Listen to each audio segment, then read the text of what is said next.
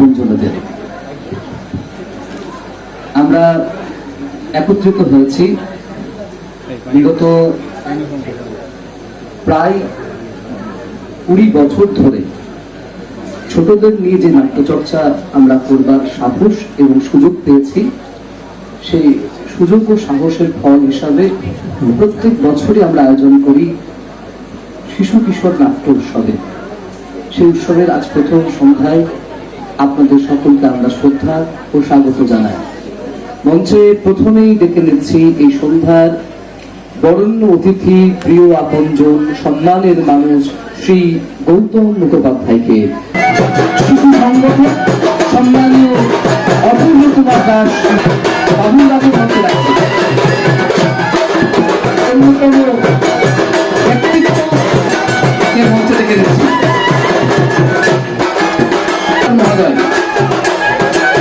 ধারাবাহিকতায় ষষ্ঠ বর্ষে প্রিয় আপনজনেদের প্রথমেই এই উৎসবের সম্মান স্মারক এবং উত্তরীয় প্রদান করা হবে।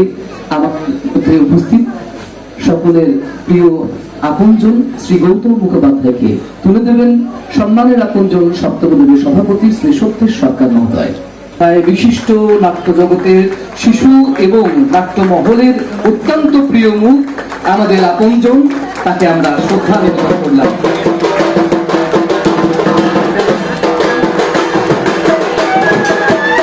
সকলে একবার এই মানুষটির জন্য যিনি দীর্ঘদিন শিশু নাট্য চর্চা বীরভূম জেলা তথা রাজ্যে শুধু মঞ্চে নয় কলমেও উপহার দিয়ে চলেছে, দিনের পর দিন মাসের পর মাস তার জীবন তার ভালোবাসার ঘরটিকে সাজিয়ে দিয়েছেন নগরী উচ্চ বিদ্যালয়ে। তাকে আমরা শ্রদ্ধা জানাই এই মঞ্চ থেকে। জ্ঞাপন করা হোক উৎসবের স্মারক।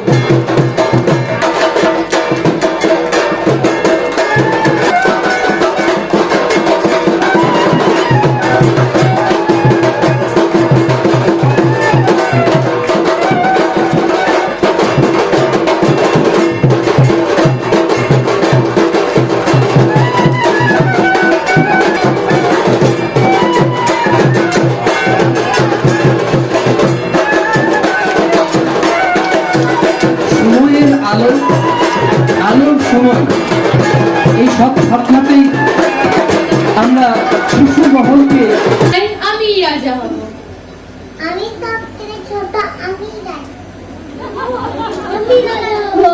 রাজা হব। কি হলো তোমরা সবাই ঝগড়া করছো কেন? দেখুন না, সবাই বলছে আমি রাজা হব, আমি রাজা হব। ঠিকই তো, তোমরা সবাই রাজা, কিন্তু আমাদের মাথার উপর আছেন রাজা রাজা। সেই রাজা রাজার কাছে আমরা কেউ ছোট নই, কেউ বড় নই, কেউ গরিব নই, কেউ ধনী নই, সবাই সমান। তাই আমরা সবাই রাজা।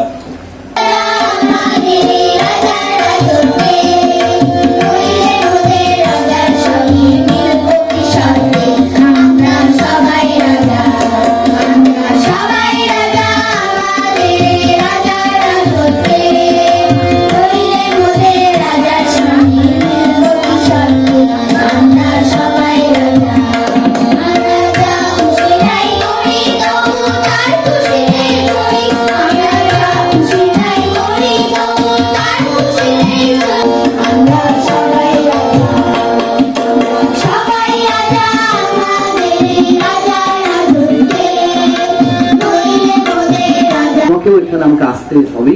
এসো, চলে এসো।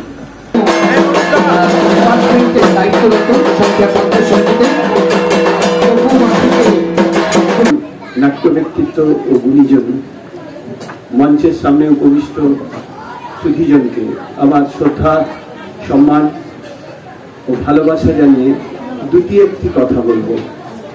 আমি নাটক দেখতে এসেছি রামপুরহাট থেকে, নাটক ভালোবাসি, নাটক শিশুদের নিয়ে নাটক তৈরি করি, মঞ্চের নাটক করাই। শিশু নাটকের ইতিহাস অনেক আছে, সে বলতে গেলে অনেক কথা, তার উপরে আলোচনা চক্র হলে সে বলা যাবে। তবে আমরা যাই বলি না কেন, শিশুদের নিয়ে কাজ করার যে আনন্দ, সেই অনাবিল আনন্দটুকু কিন্তু এই নাটক তৈরি শিশুদের সঙ্গে মেলামেশা করলেই তবেই বোঝা যায়। গুঞ্জন সংক্ষিপ্ত আকারেই যার অভিব্যক্তি প্রকাশ করবেন সম্মানীয় গৌতম মুখোপাধ্যায়কে মঞ্চে এখন ডেকে নিচ্ছি। উপস্থিত হয়েছেন সকলকে আমার নমস্কার জানাই, এবং আজকে এই মঞ্চে যারা উপস্থিত, আজকে 3টি নাটকে যারা কুশীলব তাদের আমার আদর জানাচ্ছি, তারা এখানে উপস্থিত আছেন।